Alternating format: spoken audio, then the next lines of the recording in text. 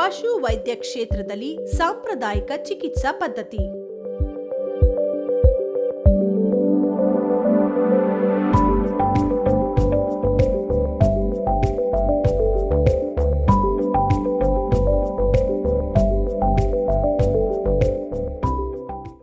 ನಮ್ಮ ಸುತ್ತಮುತ್ತಲೂ ಇರುವ ಔಷಧೀಯ ಸಸ್ಯಗಳಿಗೆ ಹಲವಾರು ಕಾಯಿಲೆಗಳನ್ನು ಗುಣಪಡಿಸುವ ಸಾಮರ್ಥ್ಯ ಇದೆ.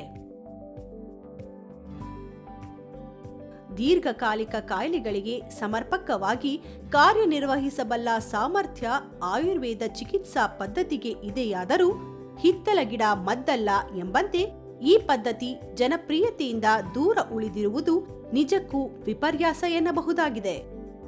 ಪಶು ವೈದ್ಯಕೀಯ ಕ್ಷೇತ್ರಕ್ಕೆ ಸಂಬಂಧಿಸಿದಂತೆ ರಾಸುಗಳ ಕೆಲವು ಸಾಮಾನ್ಯ ಕಾಯಿಲೆಗಳಿಗೆ ಔಷಧೀಯ ಪದಾರ್ಥಗಳ ಅಥವಾ ಸಸ್ಯಗಳ ಲಭ್ಯತೆಗೆ ಅನುಗುಣವಾಗಿ ಚಿಕಿತ್ಸೆಯನ್ನು ಅನುಸರಿಸಬಹುದಾಗಿದೆ. ಹೈನು ರಾಸುಗಳನ್ನು ಸಾಮಾನ್ಯವಾಗಿ ಕಾಡುವ ಕಾಯಿಲೆ ಎಂದರೆ ಕೆಚ್ಚಲು ಬಾವು.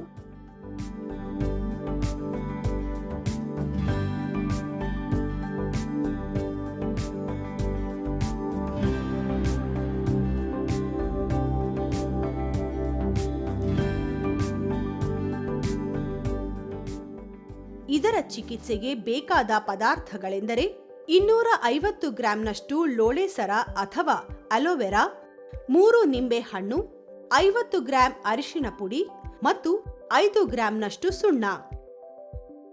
ಈ ಎಲ್ಲಾ ಪದಾರ್ಥಗಳನ್ನು ಒಟ್ಟಿಗೆ ಸೇರಿಸಿ ಮಿಕ್ಸಿಯಿಂದ ಪೇಸ್ಟ್ ಮಾಡಿಟ್ಟುಕೊಳ್ಳಬೇಕು.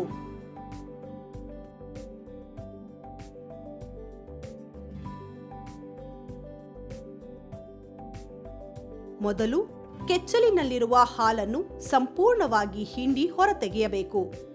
ನಂತರ ಕೆಚ್ಚಲನ್ನು ಸ್ವಚ್ಛವಾಗಿ ತೊಳೆದು ಶುಭ್ರ ಬಟ್ಟೆಯಿಂದ ಒರೆಸಬೇಕು.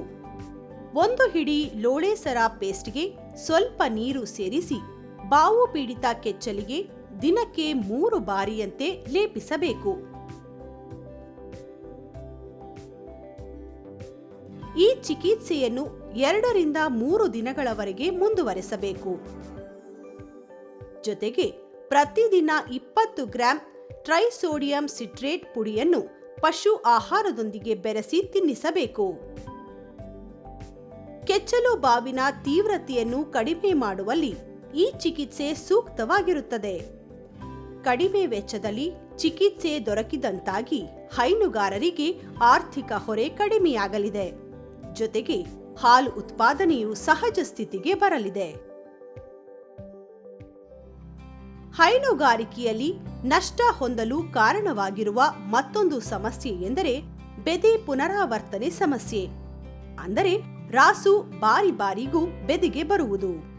3ಕ್ಕಿಂತ ಹೆಚ್ಚು ಬಾರಿ ಕೃತಕ ಗರ್ಭಧಾರಣೆ ಪುನರಾವರ್ತನೆಯಾಗುತ್ತಿರುವ ರಾಸುಗಳನ್ನು ಗುರುತಿಸಿ ಪ್ರತಿ ಸಂಘದಲ್ಲಿ ಪ್ರತ್ಯೇಕ ರಿಜಿಸ್ಟರ್ನಲ್ಲಿ ದಾಖಲಿಸಲಾಗುತ್ತಿದ್ದು, ಅಂತಹ ರಾಸುಗಳನ್ನು ಶಿಬಿರ ಕಚೇರಿಯ ಪಶು ವೈದ್ಯಾಧಿಕಾರಿಗಳಿಂದ ತಪಾಸಣೆಗೊಳಪಡಿಸಿ ಸೂಕ್ತ ಚಿಕಿತ್ಸೆಗೆ ಏರ್ಪಾಟು ಮಾಡಲಾಗುತ್ತಿದೆ.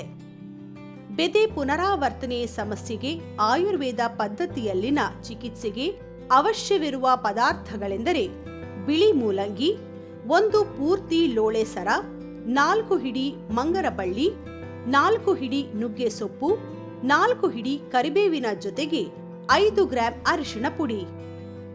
ಮೊದಲ 4 ದಿನಗಳು ದಿನಕ್ಕೆ 1ರಂತೆ ಬಿಳಿ ಮೂಲಂಗಿಯನ್ನು ತಿನ್ನಿಸಬೇಕು.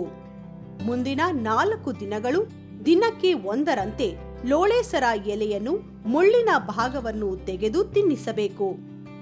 ನಂತರದ 4 ದಿನಗಳು ದಿನಕ್ಕೆ 1 ಹಿಡಿಯಂತೆ ಮಂಗರಬಳ್ಳಿ, ಅದಾದ ಬಳಿಕ ನಂತರದ 4 ದಿನಗಳು ದಿನಕ್ಕೆ 1 ಹಿಡಿಯಂತೆ ನುಗ್ಗೆ ಸೊಪ್ಪು, ನಂತರದ 4 ದಿನಗಳವರೆಗೆ ದಿನಕ್ಕೆ 1 ಹಿಡಿಯಂತೆ ಕರಿಬೇವಿನ ಸೊಪ್ಪು ಜೊತೆಗೆ 5 ಗ್ರಾಂ ಅರಿಶಿನ ಪುಡಿಯನ್ನು ಬೆದೆ ಪುನರಾವರ್ತನೆ ಪೀಡಿತ ರಾಸುವಿಗೆ ನೀಡುವ ಮೂಲಕ ಸಮಸ್ಯೆಯನ್ನು ಬಗೆಹರಿಸಬಹುದಾಗಿದೆ. ಈ ವಿಧಾನ ಅನುಸರಿಸುವಿಕೆಯಿಂದ ಮುಂಬರುವ ಬೆದೆಯಲ್ಲಿ ಕೃತಕ ಗರ್ಭಧಾರಣೆ ಬಹುತೇಕ ಯಶಸ್ವಿಯಾಗಲಿದೆ.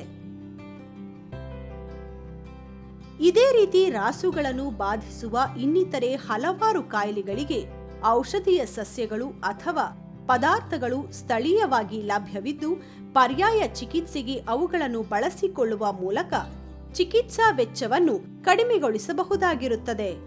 ಜೊತೆಗೆ ಅಲೋಪತಿಕ್ ವೈದ್ಯ ಪದ್ಧತಿಯ ಔಷಧಿ ಅವಲಂಬನೆಯನ್ನು ಕಡಿಮೆಗೊಳಿಸುವ ಮೂಲಕ ಹಾಲಿನಲ್ಲಿ ಆಂಟಿಬಯೋಟಿಕ್ಸ್ ಸೋರಿಕೆಯನ್ನು ನಿಯಂತ್ರಿಸಬಹುದಾಗಿದ್ದು, ಈ ಮೂಲಕ ಹಾಲಿನ ಗುಣಮಟ್ಟ ಸುಧಾರಣೆಗೂ ಆಯುರ್ವೇದ ಚಿಕಿತ್ಸಾ ಪದ್ಧತಿ ನೆರವಾಗಲಿದೆ.